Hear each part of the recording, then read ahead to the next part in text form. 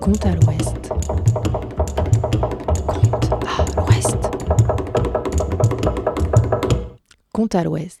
Bonjour à tous et à toutes et bienvenue dans notre émission Conte à l'ouest. Vous écoutez Quartier des Ondes, une émission faite de mots, d'imaginaire. Donc vous n'avez pas à ouvrir le livre, ni même à fermer les yeux. Il suffit de vous laisser bercer par les voix de nos deux lectrices de la librairie de l'Établi des mots, Alia et Dominique. Bonjour. Bonjour. Elles ont bravé la pluie, le soleil pour venir jusqu'ici. Chaque mois, vous venez lire des extraits de livres autour d'une thématique mise en évidence à la librairie l'Établi des mots, située au triangle, dans le quadrille, donc beaucoup de formes géographiques pour décrire cet endroit. Aujourd'hui, on continue sur la thématique des invisibles parce que voilà, on les voit pas, mais il y en a beaucoup. Alia, tu vas nous présenter Reaper de Jeff Sourdin. Tu vas nous présenter aussi Mort par la France, une BD qui parle d'un épisode sombre de l'histoire coloniale qui a été caché par la France. Tu vas aussi nous présenter un recueil de poésie coup de cœur, c'est Zatar de Sophia Karampali Farah, si on a le temps, mais on aura le temps, j'espère. Dominique, toi, tu vas nous présenter Russell Banks de Beau Lendemain. Le titre, c'est De Beau Lendemain, pardon. Et Nous et moi de Delphine de Vigan. Alors, laquelle de vous deux commence ? Je vais commencer avec donc pour vous parler de Reaper, donc Qu'est-ce qu'un Reaper ? Est-ce que vous savez ce qu'est un Reaper ? Non. Et ben moi non plus, avant, je ne savais pas. Alors, la réponse est dès la couverture sur une très belle petite lithogravure. Donc, Reaper, c'est éboueur, en fait. Donc, c'est un autre nom d'éboueur. Ah bon ? Donc, c'est pour ça qu'on est dans la catégorie des invisibles dans notre thématique. Voilà, les invisibles du monde du travail qui travaillent quand on dort, qui travaillent dans l'obscurité. Et donc, Jeff Sourdin a fait un petit roman qu'on pourrait penser un peu comme sociologique pour décrire les difficultés du métier. Alors, c'est bien plus que ça. C'est les pensées d'un éboueur qui s'appelle Dimitri, donc qui vit en Mayenne, qui est à la croisée des chemins, c'est-à-dire qu'il a commencé des études, il ne les a pas terminées. Il a trouvé ce job d'appoint en attendant pour vivre. Mais ça dure, il ne sait pas s'il va faire autre chose. Donc, il s'interroge beaucoup, mais il aime aussi ce métier. Donc, il y a une inspiration autobiographique parce que, en faisant des petites recherches, Jeff Sourdin a été éboueur pour ses jobs étudiants. Donc, c'est pour ça qu'il y a une part de sincérité qui est intéressante dans le livre. Et c'est surtout très poétique. Il n'y a pas besoin d'en dire plus, je vais lire, mais... voilà, moi c'est une écriture qui me touche énormément. J'aime bien la poésie et je l'ai lu 3 fois. Ah oui, en combien de temps ? La première fois que je l'ai lu, je sais pas, c'est un roman qui date de 2010, je crois.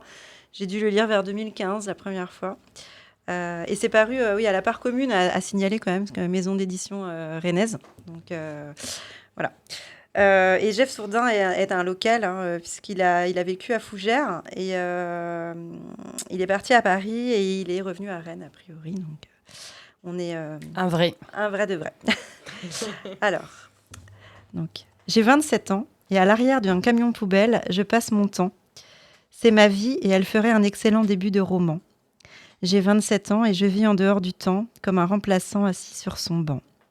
J'ai 27 ans et l'ombre de la nuit m'accompagne inlassablement, seconde peau, part de moi, membre permanent, je la traîne comme un fidèle lieutenant. J'ai 27 ans et mon existence se fond dans une indifférence générale. Elles font, et pourtant j'essaye de recoller les morceaux. J'ai 27 ans et le monde tourne sans moi depuis bien longtemps. Je connais par cœur les 22 villages de mes tournées, mais du reste du monde je ne peux parler. J'ai 27 ans et je ne sais pas comment vivent les autres. Je ne sais pas comment il faudrait vivre à 27 ans. J'ai 27 ans et ma vie est réglée comme une montre à cadran. J'improvise seulement les secondes quand je suis hors du champ. J'ai 27 ans et mon métier est d'envoyer les poubelles dans la benne. J'ai 27 ans et j'enverrai bien mon métier à la poubelle. J'ai 27 ans et je fais le boulot destiné au cancre, le boulot qui fait rire tout adolescent âgé de 15 ans. J'ai 27 ans et je deviens impatient. J'ai fait le tour de mes tournées et bien retourné tout cela dans ma tête. J'ai 27 ans et il me faut raconter. Il faut que je vous raconte, sinon ma vie finira aussi à la poubelle. J'ai 27 ans et j'écris, j'écris, j'écris pour ne rien oublier.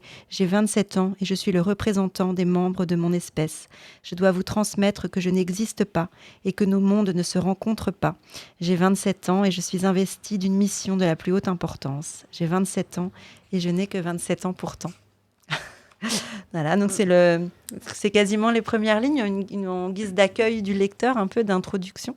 Il y a un côté très slam, je trouve. Ah qui me plaît ouais, beaucoup. c'est vraiment, c'est fait musical, pour être, c'est quoi. musical. Ouais. Ouais, après, on aime ou on n'aime pas, c'est répétitif, mais il y a un vrai souffle. Donc, il poursuit un petit peu plus loin. Dans une de mes lectures, cette phrase « Les héros sont faits pour l'ombre. La destinée de ces personnages comporte une part de tragédie. Isolement, marginalité, amertume, souffrance, noirceur. Les héros sont des êtres tourmentés, retirés du monde, qui échangeraient bien une partie de leur pouvoir contre un peu de normalité. Je suis sensible à cette face sombre des héros, à ce revers de la médaille. J'y suis sensible. Nous sommes ces héros. Nous partageons leurs traits et leur quotidien. Invisibles aux yeux du monde, nous œuvrons pour le bien commun, agissons la nuit et restons cachés le jour. Nous sommes des chevaliers des temps modernes, des héros ordinaires, les nouveaux héros de l'ordinaire. » Voilà. Et donc il y a... On a vu que c'était des héros de l'ordinaire quand il y a eu grève des éboueurs. Oui, je pense qu'en ce moment, c'est très parlant ce que tu lis. Vraiment, Oui. ça nous parle. Ouais, tout à fait. Donc le roman, il est organisé, il y a 2 axes, donc il n'y a pas vraiment d'histoire, hein, c'est une tranche de vie, une tranche de vie du personnage. Et en fait, on est dans son introspection de ce qu'il pense, ce qu'il ressent, ses émotions, ses observations. Et il y a quand même une petite avancée chronologique où il part d'une déception amoureuse qui le met plus bas que terre, en fait, où il va vraiment faire une dépression, toucher le fond, et rebondir en rencontrant aussi une nouvelle personne. Mais sa première rupture amoureuse va le questionner parce qu'elle ne supporte pas son rythme de vie. C'est pas tant le métier, la saleté, c'est qu'il est toujours décalé. Et il s'interroge en fait sur sa possibilité à vivre avec les autres. Donc ça le perturbe énormément. Puis il trouve quelqu'un et il va aller progressivement vers plus de lumière et trouver des solutions pour avancer. Donc il y a quand même un petit fil narratif, mais le plus intéressant, c'est clairement le regard qu'il pose sur son métier. Il y a aussi beaucoup d'humanité, beaucoup d'amour pour ses collègues. C'est très touchant. Et alors il dit, il y a 2 autres passages que j'ai choisis. C'est un passage où il parle de la solitude, donc la solitude inhérente au métier. Alors, même s'ils ne sont pas tout seuls, mais ils sont quand même seuls par rapport à la société. Et le deuxième passage, c'est sur la médiocrité. Est-ce qu'on peut se considérer médiocre enfin bref. Donc sur la solitude, il dit la solitude est une compagne silencieuse et singulière, une bête à 2 têtes, un monstre qui sommeille en nous. De prime abord, elle apparaît irrésistiblement séduisante. Son arrivée est une fête, longtemps désirée. C'est la compagne idéale. Elle s'accommode de nos risibles habitudes et remplit nos pauvres vies. Elle partage nos soirées, ne dit rien contre 2 ou 3 verres de vin en semaine et se couche toujours de l'autre côté du lit. Elle ne prend d'ailleurs presque pas de place au lit. Je n'ai que 27 ans, mais de cette compagne silencieuse et singulière, j'ai appris à me méfier pourtant. Une face obscure, une face claire. La solitude a l'art d'assaisonner nos pauvres vies et d'assassiner nos maigres envies. Exclusive, jalouse, elle ne supporte aucune autre présence et entreprend son long ouvrage de sape. Tu es mieux avec moi, on n'a pas besoin des autres. Assusurtelle, c'est un jeu de mots entre assurtelle et susurtelle. La solitude est un arachnide tissant à toile, un vautour nous tournant autour. C'est une bête à 2 têtes, un monstre qui sommeille en nous. La solitude est aussi une prison que nous construisons de l'intérieur, patiemment, jour après jour, pierre après pierre, comme volontaires, nous nous emmurons vivants. Le monstre grandit en nous, nous le nourrissons grassement. Dociles et obéissants, nous nous dépossédons nous-mêmes. Il faudrait tenir nos distances avec la solitude, laisser dormir le monstre, esquiver le tête-à-tête avec la bête. Nous savons tout cela, et pourtant, à chaque fois que la solitude vient frapper à notre porte, presque amicalement, nous lui ouvrons.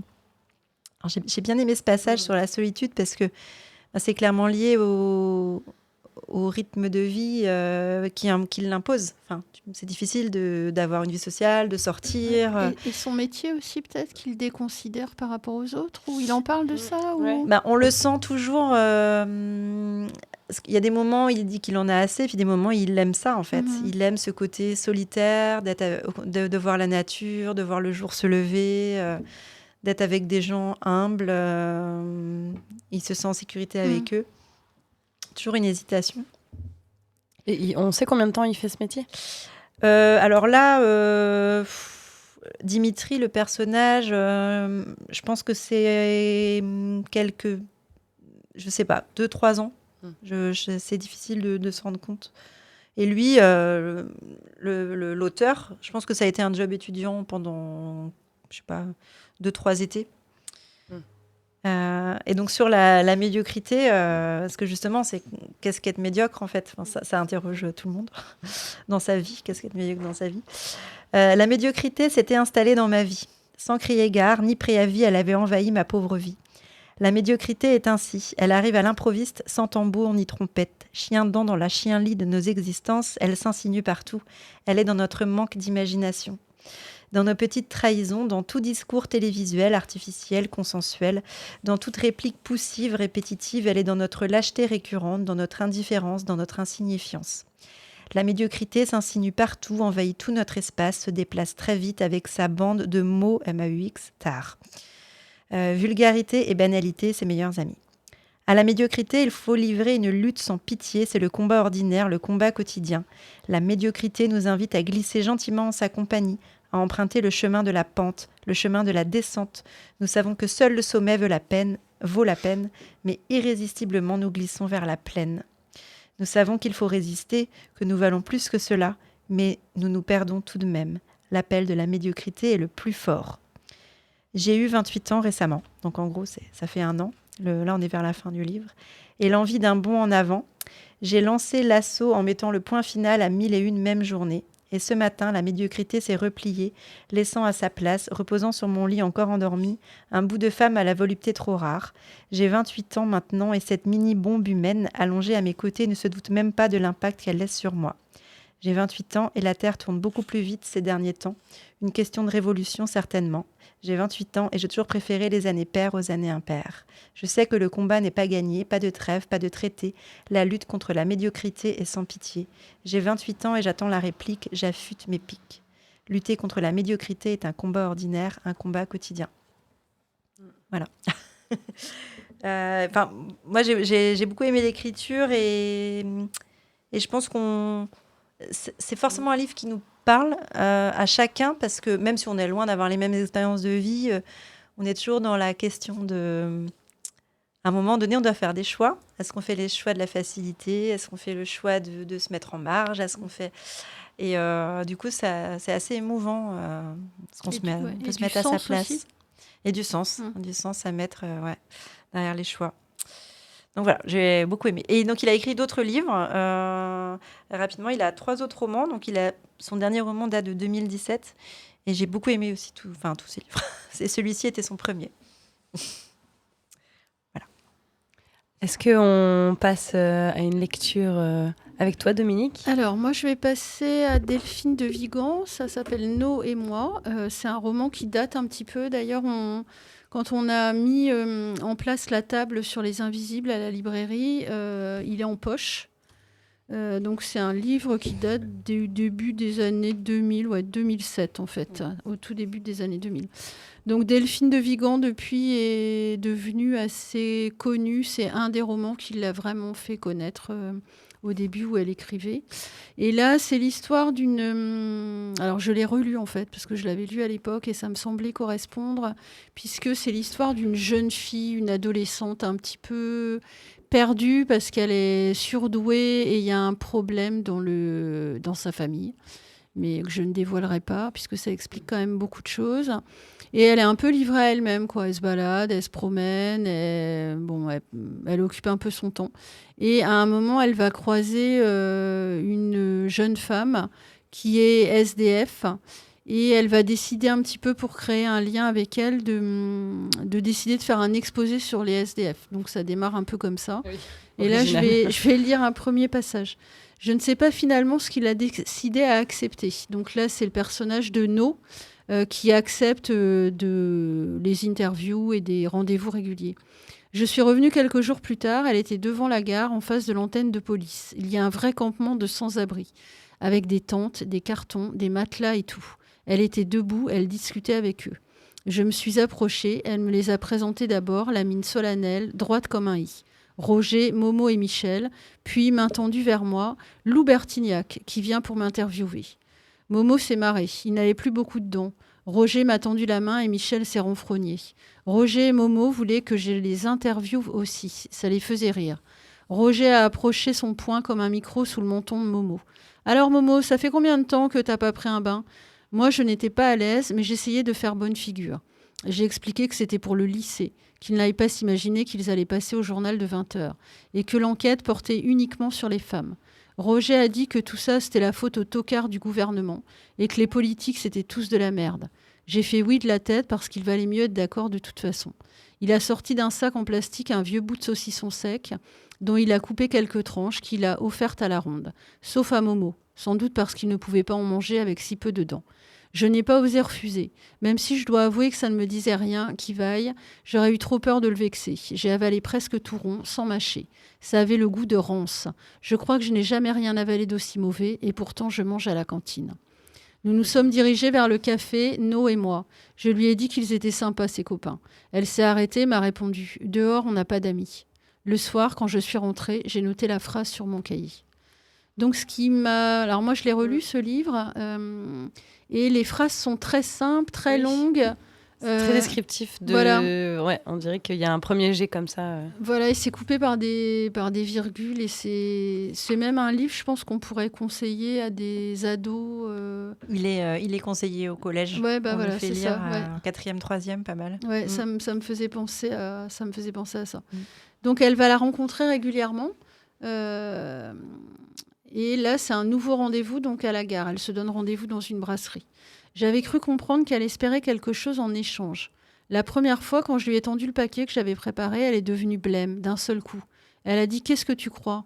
J'ai voulu lui donner mon bonnet, mon parapluie, mon baladeur MP3 et même de l'argent. Elle a refusé.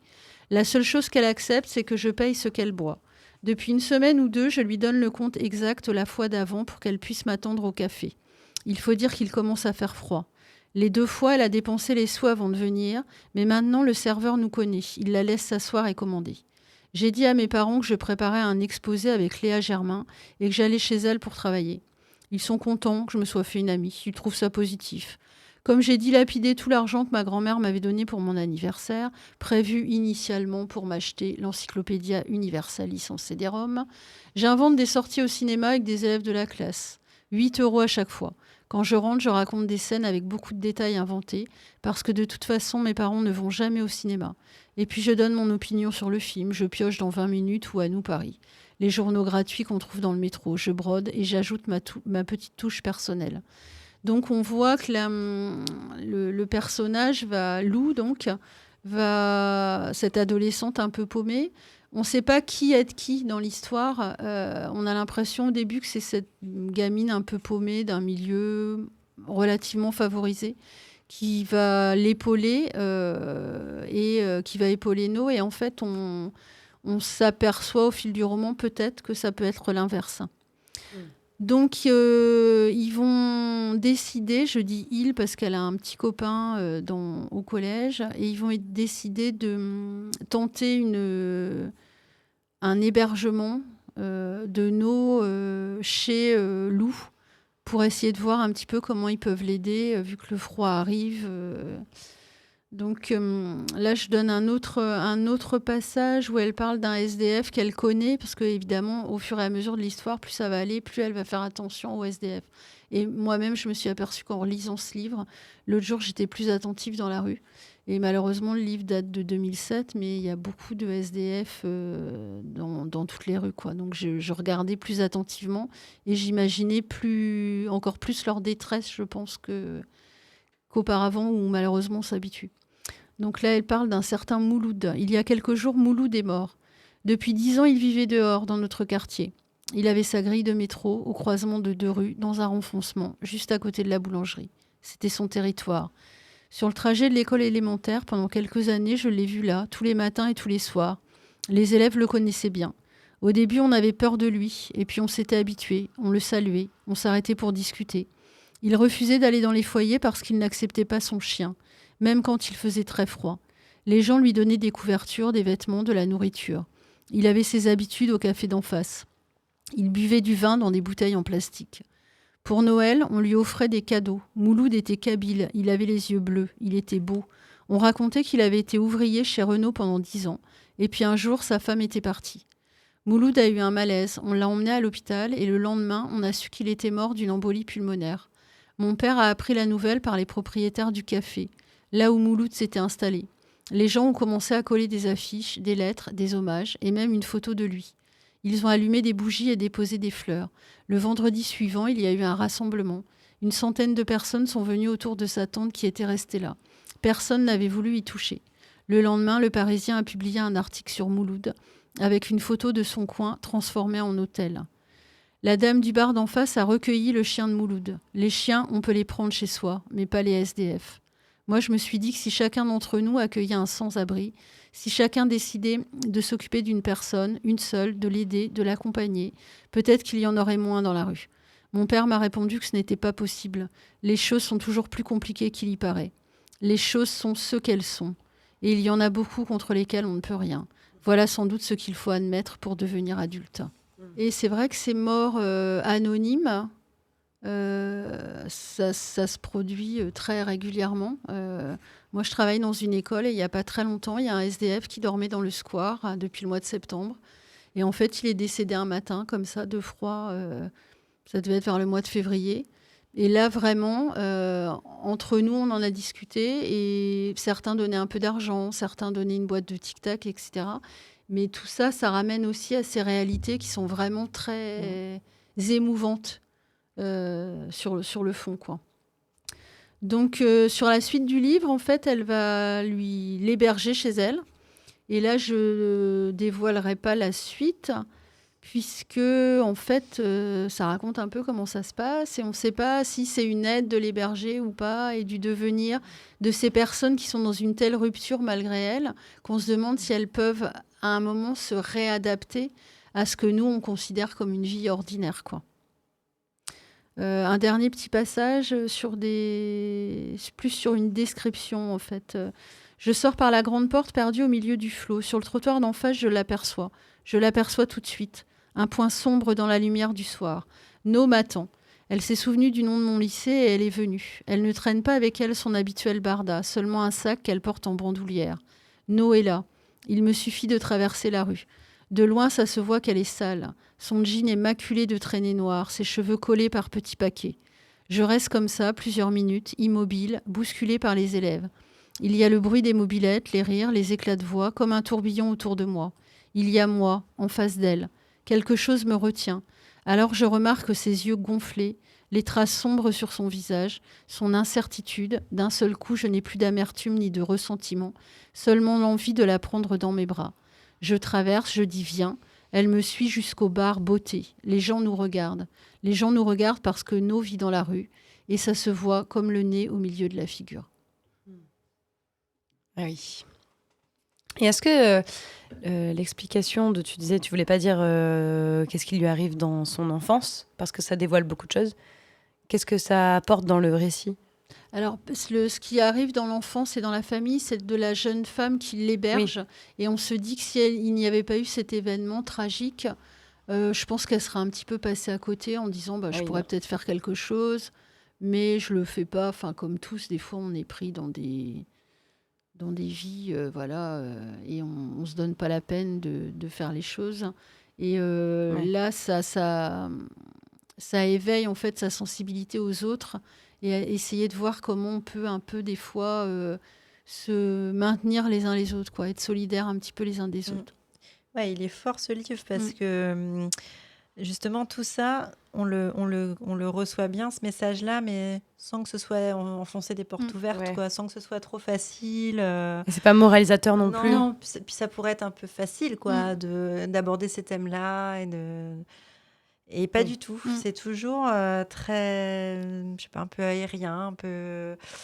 On pense, on se met à la place de la narratrice. C'est vraiment... Il fait du bien, du coup, quand on lit ce livre?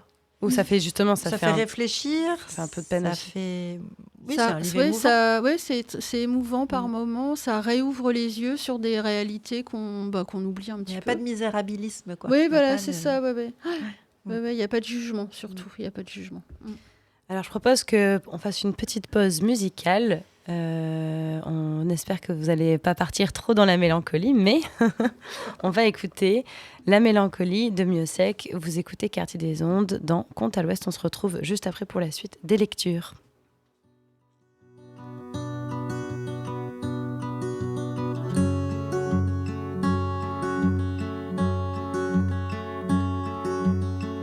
La mélancolie qui vient, qui coule, qui vous enfonce tout doucement, qui vous enroule, qui vous blottit, qui vous protège des ouragans. La mélancolie qui vient, qui cogne à la porte si souvent que l'on s'y abandonne, que l'on se roule même dedans. La mélancolie de nos meilleures années, nos compagnes, nos conneries ne doivent pas un jour s'oublier.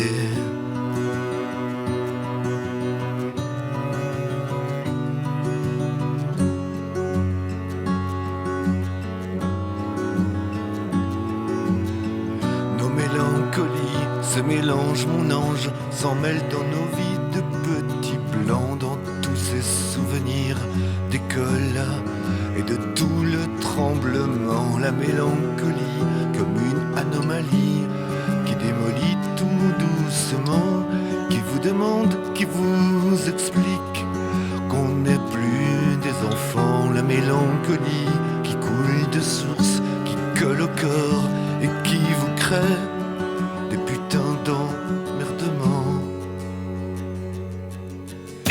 La mélancolie c'est communiste, tout le monde y a droit de temps en temps. La mélancolie n'est pas capitaliste, c'est même gratuit pour les perdants. La mélancolie c'est pacifiste, on lui rentre jamais dedans.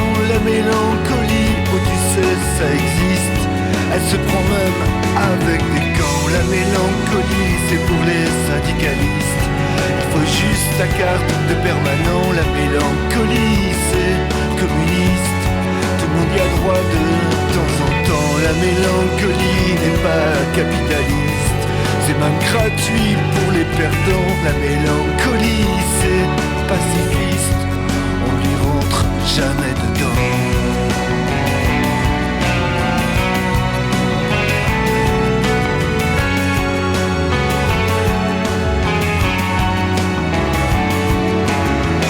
La mélancolie c'est communiste, tout le monde y a droit de temps en temps. La mélancolie n'est pas capitaliste, c'est même gratuit pour les perdants.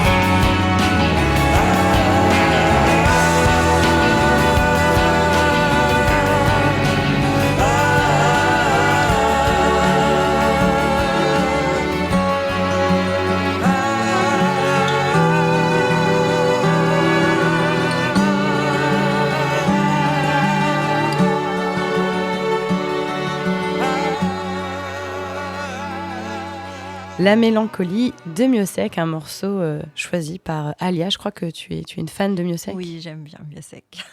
Tu nous conseilles quel album? Tous, mais le dernier est très bien. Ok. Ouais, mais tous. Je peux pas choisir. C'est comme demander à un parent de choisir entre ses enfants. Ah oui, bah. C'est l'avantage d'ailleurs d'avoir qu'un fils ou qu'une fille, enfin d'avoir des enfants de sexe opposé, parce que moi mon père il adore dire tu es ma fille préférée, parce que j'ai un frère. Voilà, bref, trêve de bavardage. Vous écoutez Quartier des Ondes dans Compte à l'Ouest. Je suis accompagnée de Alia et Dominique, Aurélia au micro. Et donc, on vous lit des extraits de livres de l'Établi des mots. Et donc là, on allait revenir avec toi, Alia, et une BD, il me semble. Oui, un roman graphique. Magnifique. Ouais, la couverture est assez magnétique. Donc, avec des belles couleurs bleu, blanc, rouge, c'est pas pour rien. Donc, c'est un roman graphique qui s'intitule Mort par la France. Donc, déjà, tout est dans le titre. Donc, c'est de Otero qui est au dessin et à la couleur et Perna au scénario. Alors, avec l'appui d'une conseillère scientifique, une historienne, je vais expliquer pourquoi après. Donc, mort par la France, on voit bien que c'est donc mort à cause de la France. Et il y a le jeu de mots, parce que normalement, l'expression, c'est mort pour la France, qu'on donne aux soldats, c'est un honneur, etc. Mort sur le champ de bataille, mort pour la France. Et alors, pour resituer les choses, à l'origine, c'est un article paru dans la revue 21, dans une revue de 2017. Un article rédigé par, alors je ne sais plus, Perna ou Otero, un des deux. Et c'est pour parler d'un moment vraiment sombre de l'histoire coloniale qui s'est passé en 1944 au Sénégal. Donc on pourrait dire que c'est un travail mémoriel, au-delà du côté graphique, esthétique. En fait, en 1944, il y avait un camp qui s'appelait le camp de Tiaroy. Je ne sais pas trop comment ça se prononce, Tiaroy, on va dire, qui est dans la banlieue de Dakar. Et le 1er décembre 1944, donc, l'armée a ouvert le feu sur des tirailleurs, donc les tirailleurs sénégalais. Et elle a présenté les faits pendant très, très longtemps, jusqu'à François Hollande, qui était venu sur place faire une petite commémoration dans le cimetière. Ça a été présenté comme une mutinerie qui a mal tourné. Faisant, je crois, de mémoire, 35 morts et 35 blessés, ou en gros 70 victimes. Et on comprend en lisant ce livre que pour les Sénégalais, personne n'a jamais cru à cette histoire de mutinerie, puisqu'il y a eu des survivants, il y a eu des témoins qui ont témoigné de génération en génération depuis 1944. Mais la France n'a jamais admis quoi que ce soit. Jusqu'à l'arrivée d'une historienne qui s'appelle Armelle Mabon, qui donc est la conseillère scientifique et qui est le personnage principal de la BD. Donc c'est une femme, je pense qu'on pourrait dire une femme formidable. Ça paraît très bateau, mais je pense que ça lui convient bien. Elle a été assistante sociale, elle a fait plein de choses dans sa vie, mais assez jeune, elle s'est réorientée parce qu'elle a lu... de la poésie de Senghor, des poèmes de la négritude qui l'ont touchée. Et elle a décidé de se spécialiser en histoire et de faire une thèse sur l'action sociale coloniale, donc à l'université de Brest. Et de fil en aiguille, en faisant des recherches pour sa thèse, en allant rencontrer des gens au Sénégal, elle a mis le doigt sur cette histoire et rapidement des témoins, dont le fils d'un des tirailleurs tués, lui ont dit que c'était pas une mutinerie et que ça avait été un massacre organisé. Et tout ce roman graphique, en fait, c'est le combat de l'historienne. C'est vraiment un combat parce qu'elle s'attaque à quelque chose de lourd et elle finit par arriver à ses fins et à prouver. Parce qu'en fait, la seule chose qui manque, vu qu'il y a les témoignages des survivants, etc., mais il n'y a pas de preuves. Et elle va réussir à trouver des preuves, en fait. Et c'est tout son cheminement. Mais c'est vraiment une femme formidable parce qu'elle a tout contre elle. Elle perd son petit ami parce que elle est tellement passionnée par tout ça qu'il n'y a pas de place dans sa vie pour quelqu'un d'autre. Sa directrice de thèse à la fac ne la soutient pas. Parce qu'elle lui dit, mais je pense avoir mis le doigt sur un scandale d'État. Elle dit, non, c'est pas dans le cadre de votre thèse. Si c'est grave, ça existera encore après votre thèse. Occupez-vous de votre thèse. Et puis, c'est les preuves. Mais en étant très mauvaise, très méchante, quoi. Donc, elle est perdue, etc. Et du coup, elle est tellement poussée dans ses retranchements qu'elle sacrifie tout. Et elle finit par trouver ces fameuses preuves, justement. Et voilà, donc c'est très fort. C'est une femme formidable. Mais c'est surtout que c'est un épisode atroce. Et l'atrocité, oui, elle est évidemment montrée. Il y a un parti pris de ne rien cacher dans la violence. Et moi, ce que j'ai aimé c'est dans le parti pris du roman graphique, parce que là, c'est difficile de lire des extraits, mais c'est que ça débute par le récit du 1er décembre 1944, en fait. Par ce moment de massacre, on le voit. On le voit, donc c'est fort de faire romancer le roman graphique là-dessus, parce qu'en fait, on commence par la vérité qui a été dévoilée, et après, on revient sur tout le cheminement pour dévoiler cette vérité. Mais le fait de commencer par ça, Bah oui, bien sûr, de ça voir, accroche tout de suite. de voir le massacre, et puis très clairement de voir... forcément, on voit des hommes sans défense qui comprennent pas, qui sont interloqués. Et puis d'autres qui leur tirent dessus avec vraiment... alors moi, je m'y connais pas en matériel militaire, mais c'est vraiment de l'artillerie lourde, des chars d'assaut. Et c'est expliqué après que ça a été fait exprès pour ça soit radical. Pour quoi. être sûr de pas rater Voilà. les cibles. Donc ça commence par ces scènes d'une énorme violence. Donc on est tout de suite dedans. Et on est tout de suite du côté de cette vérité. Et moi, c'est ça qui... Et du coup, on se dit, mais comment ça peut être caché ? Enfin, on a envie aussi, il y a presque un suspense, de savoir mais comment elle va faire pour prouver ça. Et Oui, on a envie de voilà. savoir, là, Alia, en Ouais. fait. C'est quoi les preuves ? Alors, en fait, les preuves, c'est qu'elle va avoir vraiment du mal, mais elle va aller dans différentes archives et elle va se rendre compte que quand les tirailleurs sénégalais sont rentrés au Sénégal, donc c'était par bateau, qu'il y a eu différentes étapes et qu'en fait, l'État a menti sur le nombre de personnes, parce qu'il y en avait qui descendaient dans différents ports. Et en fait, le nombre de personnes descendant dans voilà, le port les archives ont été correspondait truquées. pas au- Il y a eu des faux rapports qui ont été rédigés sur le nombre de personnes présentes pour faire croire que finalement, ceux qui sont arrivés à Tiaroy, là, étaient bien moins nombreux que ce que c'était en réalité. Et voilà, en fait, c'était vraiment sur presque un détail d'archives et où là, il n'y a pas de possibilité de nier. Voilà, et en fait, donc c'est vraiment... Enfin, c'est 300 morts, en fait. Il y a 300 hommes qui ont été tués par... Ah oui, même les chiffres étaient... Ouais, elle a réussi à prouver ça. Ouais. C'était pas 35 morts et 35 blessés, c'était quasiment... je crois que c'est même un peu plus que 300 morts. Donc, voilà. Et on sait pour quelle raison...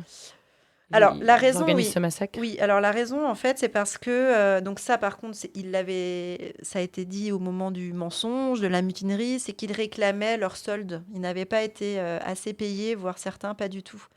Leur solde de soldats, quoi, Voilà, par l'armée, quoi. voilà. Donc, ils réclamaient juste leur argent pour rentrer chez eux. Et ça devait représenter trop d'argent. Alors, il y avait aussi... Lui, donc c'était plus pratique. Non, mais c'est ça, c'est vraiment un côté... il y a ça. Et il y a aussi autre chose, c'est que les Sénégalais ont été déportés en même temps que les Français dans les camps allemands. Et en fait, c'est bien expliqué... le fait ils ont été mis à égalité. Et en fait, les Sénégalais se sont rendus compte qu'ils étaient égaux, qu'ils étaient à égalité des Français, parce qu'il y avait un espèce de matraquage pour qu'ils se sentent inférieurs aux Blancs, aux Français, etc. Et en fait, en étant prisonniers au même titre que les Français dans certains camps, alors ils sont restés moins longtemps, parce que quand même, les nazis... voulaient pas de noirs pour salir les camps, c'est bien expliqué. Mais ils ont quand même eu ce moment d'être ensemble et d'être traités à égalité dans le malheur, on va dire. Et c'est là où ils ont pris conscience qu'il fallait qu'ils arrêtent de se faire mâcher sur les pieds. Et c'est là... Alors, du coup, l'État français colonial a parlé de propagande nazie pour manipuler les Africains. Mais expliqué par d'autres personnages dans l'histoire, on voit que non, ils ont juste pris conscience qu'un prisonnier, c'est un prisonnier, qu'il soit noir ou blanc. Et c'est à partir de là qu'en eux, c'est déclenché un mécanisme. On a des droits, il faut qu'on les fasse valoir. Donc voilà, donc c'est très fort. On s'attache énormément à l'héroïne parce que c'est une battante incroyable. Elle rencontre Germaine Tillion aussi. Elle va la rencontrer dans son enquête parce que comme Germaine Tillion a aidé des prisonniers, etc., elle recherche ces témoignages, ne peuvent pas l'aider. Mais malheureusement, non. Mais c'est quand même un passage intéressant. Et on s'y attache aussi parce que... Alors là, évidemment, il y a des passages imaginés, mais on imagine le parcours d'un des hommes qui est mort, donc qui est le père d'un homme qu'elle interviewe pour sa thèse. Et donc, les deux auteurs ont imaginé ces personnages. Donc, forcément, c'est plus des anonymes, c'est plus des corps déchiquetés, en bouillie, sans identité. Il y a toute une vie derrière, on s'attache à eux, donc c'est encore plus émouvant. Et c'est encore le plus dur, c'est que au fur et à mesure que son enquête avance, donc elle met ensemble les pièces du puzzle. Donc nous, on voit la machination qui commence à se faire, les généraux qui discutent, qui disent là, il nous pose problème, il faut qu'on s'en débarrasse. Mais en même temps, on suit les tirailleurs qui sont contents de rentrer chez eux. Ça y est, ils vont rentrer. Ils se sont battus, ils ont donné tout ce qu'ils pouvaient. Et on les voit aller au massacre, quoi. Nous, on le devine, en fait. Et il y a un côté vraiment atroce. Et il y a un jugement suite à ces donc découvertes. je pense que c'est loin d'être terminé parce que donc c'est bien expliqué dans l'article de 21. Mais c'est mal parti pour que la justice fasse preuve de, je sais pas comment dire, de génie. Je pense que l'acte pour compléter, c'était la venue du président de la République de l'époque, François Hollande, c'est ça. Pour reconnaître la responsabilité de l'État français mais dans la mutinerie. Voilà, dans le massacre, quoi, parce que c'est... Maintenant, il parle encore de mutinerie. D'accord, donc bon... il est encore sur pas le... été... Non. Mais au niveau du jugement, je sais pas si... Alors, c'est expliqué dans l'article, il y a Alors, il y a différentes personnes qui ont essayé d'avoir gain de cause. Et par exemple, il y a un homme qui s'appelle Yves Abibou, qui a entamé un combat pour réhabiliter la mémoire de son grand-père, je ne sais plus. Et il décide en 2013 de saisir la justice et de demander un procès en révision. La Cour de cassation rejette sa requête et justifie sa décision par l'absence d'éléments nouveaux que le ministère de la Défense refuse de lui donner.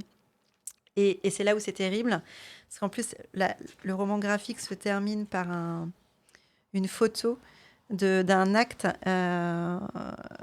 qui est consultable aux archives de Caen sur des dossiers de soldats tombés à Thiaroye, et c'est écrit « La décision est tamponnée à l'encre rouge, n'a pas droit à la mention mort pour la France ». Donc et c'est la dernière page du roman graphique. Pour revenir sur ce titre, Mort par la France, qui fait tellement sens. On a un dossier de décès de Mbap Senghor, donc qui est le père de la personne qu'elle a rencontrée, et c'est bien n'a pas le droit à la mention mort pour la France. Donc c'est voilà, la boucle est bouclée. n'a pas de... Mais c'est très fort. Et la couverture est, comme je disais, magnétique. C'est qu'il y a ce tirailleur sénégalais qui nous regarde avec, on ne sait pas, sagesse, et pardon. Et un très beau chapeau rouge sur un fond bleu. Si vous voulez le retrouver, il tape à l'œil. On va continuer avec toi, Dominique, et le deuxième livre que tu vas nous présenter de la même autrice. Alors non, c'est un auteur, c'est Russell Banks. Donc là, on part pour les États-Unis, en fait. Donc Russell Banks, c'était un auteur, je dis c'était, parce qu'il est décédé il n'y a pas très longtemps, au début de l'année, je crois. Donc c'était un auteur américain qui a été connu en fait un peu sur le tard en France et dans les années 90. Et surtout, il y a eu des adaptations au cinéma d'un de ses romans, celui que j'ai apporté aujourd'hui, qui s'appelle De beaux lendemains. Donc lui, sa spécialité, si je puis dire, dans ses livres, c'est de parler des mis à l'écart, des Américains mis à l'écart, quoi. On a toujours l'impression, nous, un peu vu d'Europe, que l'Amérique, c'est le pays de l'argent, du business, voilà. Et en fait, on se rend compte aux États-Unis, il y a beaucoup de gens pauvres. Et qui vivent souvent... Alors, il y a un livre là qui a été sélectionné à la librairie qui s'appelle Trailer Parks. Ce sont des destins de personnes qui vivent dans des mobil-homes, dans des caravanes, en fait, sur des campings. Et ils vivent là l'année parce qu'ils n'ont pas les moyens d'aller ailleurs. Donc, c'est toute la misère américaine engluée dans une sorte de libéralisme et de pouvoir de l'argent qui les a un peu dépassés, on va dire. Et dans ce livre de Beaux lendemains, où là, il y a vraiment l'histoire d'une petite ville qui se découvre au travers de quelques personnages suite à un accident d'un bus scolaire. Il y a un avocat qui arrive dans une région, et là, c'est un court passage où il décrit justement un petit peu ce qu'il voit en arrivant dans la région. Donc, bien entendu, c'était le plein hiver. Cette première fois, tout était recouvert de près de 2 mètres de neige avec des températures diurnes qui restaient bloquées pendant des semaines au-dessous de -20. Et forêts et montagnes n'en paraissaient que plus menaçantes. Des arbres, des rochers, de la neige et de la glace. Et jusqu'à ce que je quitte la grande route pour prendre ces petites routes qui se faufilent d'un village à l'autre, pas l'ombre d'un habitant. C'était impressionnant et en même temps, c'était très beau, incontestable. Je crois que c'est la province de la Nouvelle-Angleterre. Si je situe bien, c'est près du... Donc je ne situe pas et personne ne situe. Personne me regarde avec un air désespéré. Personne n'arrive à t'aider. Donc en tout cas, il fait très froid l'hiver, quoi. Et puis j'ai commencé à voir les premiers signes de vie, des vies de pauvres gens. Ce que j'appelle pauvres, pas comme dans les villes bien sûr, pas comme à Harlem ou à Bedford-Stuyvesant, où on a l'impression que les pauvres sont enfermés, parqués derrière d'invisibles clôtures, prisonniers à perpétuité des riches qui habitent et travaillent au dehors, dans les tours d'acier et de verre. Pas étonnant qu'on appelle ces quartiers des ghettos, on devrait dire réserves. Donc là évidemment il y a un jeu de mots, un retour vers l'histoire américaine. Là-haut, par contre, ce sont les pauvres qui sont maintenus à l'écart et les riches qui demeurent à l'intérieur des barrières, et seulement durant les mois d'été. C'est un peu comme la lointaine Tulé, un lieu au-delà du monde connu. Et la plupart des gens qui vivent ici toute l'année sont des laissés pour compte, rejetés au-delà des terres cultivées et obligés de chercher leur subsistance et leur abri au fond des bois, en se nourrissant de noix et de baies, tandis que nous autres, bien au chaud derrière les palissades, nous sommeillons les pieds en l'air sur un coussin, un verre de fine à portée de main, le journal de Wall Street étalé sur les genoux et le bon chien Médor roulé en boule devant le feu.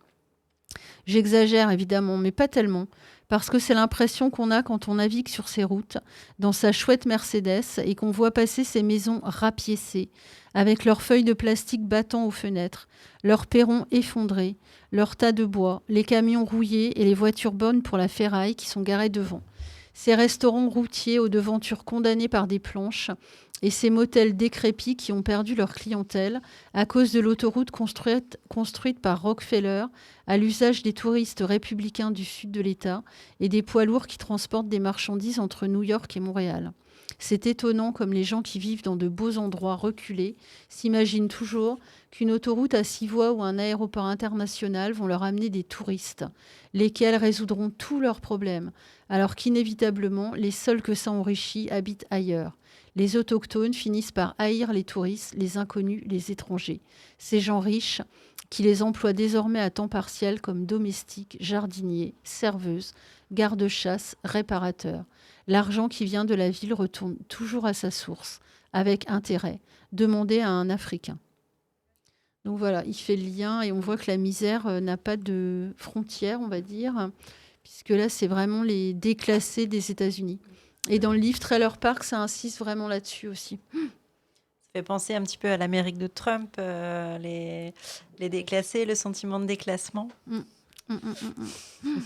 L'argent, le pouvoir de l'argent, quoi. Si on n'en a pas, on est sur le côté, quoi.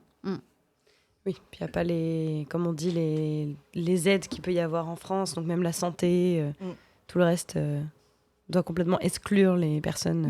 Même si on voit quand même de plus en plus de gens vivent dans des endroits où c'est décrépit, où il y a même malheureusement en France à l'heure actuelle, on voit encore beaucoup, si on observe un petit peu les balcons ou les maisons, on voit des choses et les gens font pas ça parce que... Enfin, c'est souvent l'image qu'on a parce qu'ils sont sales ou parce qu'ils n'ont pas envie ou parce qu'ils sont feignants. Ou voilà. Oui. C'est parce qu'ils n'ont pas l'argent des fois et qu'on met un peu de plastique parce qu'on ne peut pas changer la fenêtre et que ça protège aussi du froid, quoi. Donc je pense qu'il faut aller au-delà des apparences et se dire que de plus en plus, il y a des gens qui ont du mal avec tout ça, quoi. Et il finit bien, entre guillemets. Alors non, ça finit pas bien parce que c'est une sombre histoire d'un accident d'un bus scolaire dans un village, donc en Nouvelle-Angleterre. Et on a les témoignages, donc là c'était l'avocat qui parlait, mais il y a la conductrice du bus, il y a une jeune fille qui s'est retrouvée handicapée. Et on a aussi le point de vue de différentes familles dans les chapitres, parce qu'ils vont essayer de se faire un peu d'argent avec cette malheureuse histoire où il y a des enfants qui sont morts. D'où la présence de l'avocat. Donc c'est un peu glauque quand même comme Comme univers. histoire. C'est pas très joyeux, non. Et tu as lu d'autres romans de Russell Banks à part De Beau lendemain et Un Alors, titre trompeur, hein, d'ailleurs. J'ai quasiment tout lu. Continent à la dérive, Affliction. Mais c'était surtout des livres des années 90, en fait, parce qu'il a surtout édité dans ces années-là. Et il y a un film sur cette histoire, là, De Beau lendemain, qui était sorti au début des années 2000 aussi. Avec des têtes d'affiche ou pas plus que ça? Il me semble que si, ça avait fait quand même pas mal un bon D'entrée. succès. Mais j'étais assez fan de cet univers. Ouais, je trouve que c'est bien écrit. C'est bien écrit et il y a une espèce d'humanité derrière toute cette misère quand même. Si on veut bien y regarder, il y a un peu d'espoir quand même. Bon, mais léger. Hein.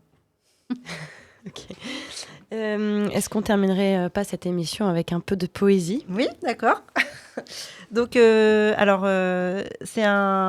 vais vous parler d'un recueil de poésie qui s'appelle Za'atar de Sofia Karampali-Farhat. Moi, j'étais tombée sur ce recueil à l'établi des mots. Et la poésie, on y va toujours un peu par hasard. On ne connaît pas forcément les gens. Surtout les éditions Bruno Doucet, c'est vraiment des gens pas forcément toujours très connus. Et en fait, le Za'atar, c'est le thym libanais.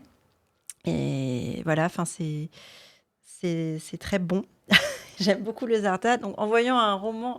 Comment ça, c'est le thym libanais? C'est du thym sauvage. Ah, C'est un thym. je croyais le thym Non, du visage. non. Je comprenais pas. T-H-Y-M. Oui, bien sûr. Ok. Donc, en voyant un recueil de poésie qui s'intitulait Za'atar, ça m'a... C'est pour ça que je suis allée vers ce petit recueil et que je me suis procuré. Et en fait, je l'ai lu d'une traite, c'est rare la poésie parce que des fois il faut l'assimiler un petit peu. Il y a des passages Regarder au loin qui nous- et avoir des petits airs songeurs. qui nous plaisent moins là. Et là, tout m'a plu. Et donc voilà. Donc je vais vous lire des petits passages. Juste donc la poétesse. Donc elle est née en 94 au sud Liban. Elle vit à Paris maintenant. Et en fait, elle est incroyable. Elle est donc sur son site, elle est présentée comme poète, donc activiste intersectionnelle, artiste. Elle a l'air de faire plein de choses, des podcasts. Ça me donne vraiment envie de la suivre un petit peu. Et elle écrit en français qui n'est pas sa langue maternelle, c'est pas traduit. Et donc ça parle de guerre, d'exil. C'est le Liban, hein. Donc là encore, on n'est pas dans des sommets d'euphorie et de joie. Mais elle a sa touche, c'est qu'il y a toujours beaucoup de liens avec la sensualité, voire avec l'érotisme. Voilà, donc je vais vous faire une petite lecture.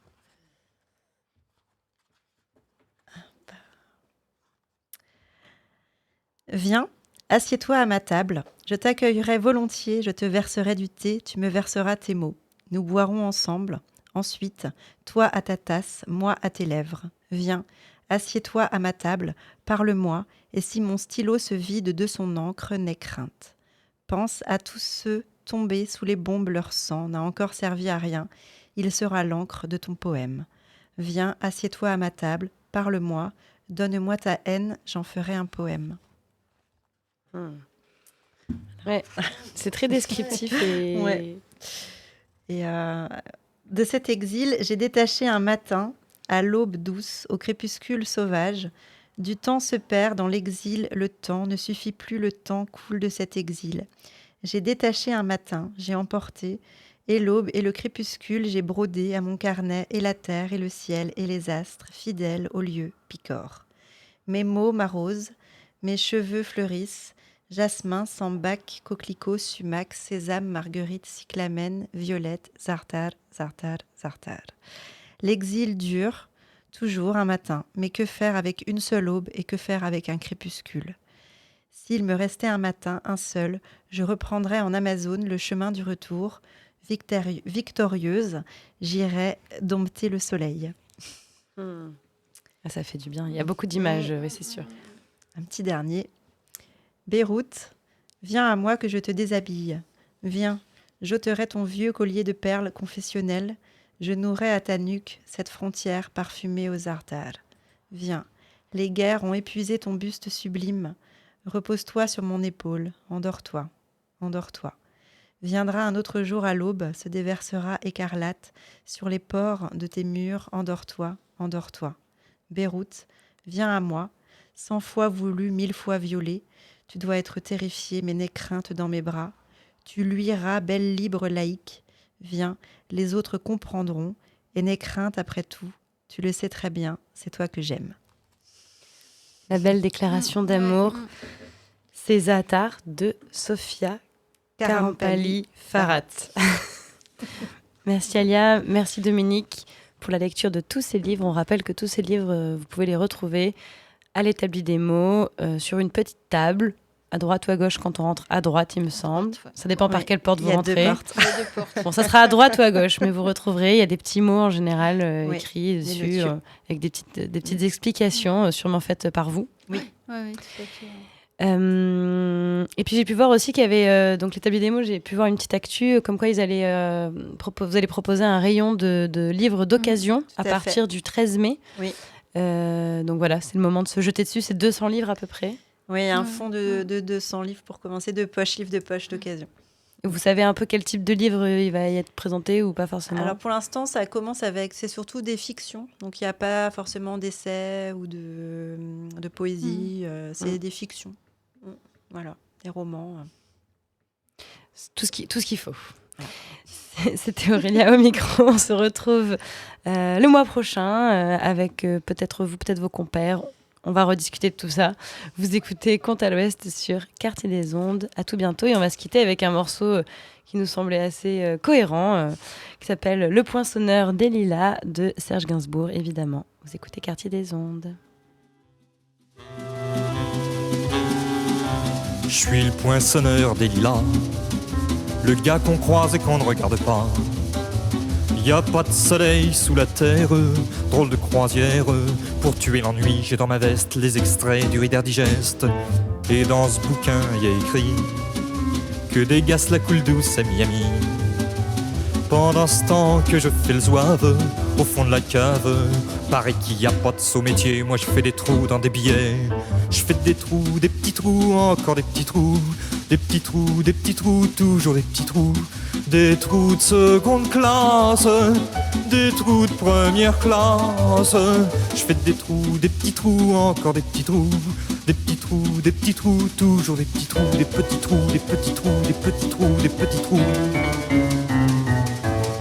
Je suis le poinçonneur des lilas, pour un valide changé à opéra. Je vis au cœur de la planète, j'ai dans la tête un carnaval de confettis, j'en amène jusque dans mon lit. Et sous mon ciel de faïence, je ne vois briller que les correspondances. Parfois je rêve, je divague, je vois des vagues. Et dans la brume au bout du quai, je vois un bateau qui vient me chercher. Pour me sortir de ce trou, je fais des trous. Des petits trous, toujours des petits trous. Mais le bateau se taille, et je vois que je déraille. Et je reste dans mon trou à faire des petits trous. Des petits trous, des petits trous, toujours des petits trous. Des petits trous, des petits trous, des petits trous, des petits trous. Je suis le poinçonneur des lilas, arts et métiers directs par le Valois. J'en ai marre, j'en ai ma claque de ce cloaque. Je voudrais jouer la fille de l'air, laisser ma casquette au vestiaire. Un jour viendra, j'en suis sûr, où je pourrai m'évader dans la nature. Je partirai sur la grande route, et coûte que coûte. Et si pour moi il est plus temps, je partirai les pieds devant. Je fais des trous, des petits trous, encore des petits trous. Des petits trous, des petits trous, toujours des petits trous. Y a de quoi devenir dingue, de quoi prendre un flingue. Se faire un trou, un petit trou, un dernier petit trou. Un petit trou, un petit trou, un dernier petit trou. Et on me mettra dans un grand trou, et je n'entendrai plus parler de trous. Je chope des trous, de petits trous, de petits trous, de petits trous.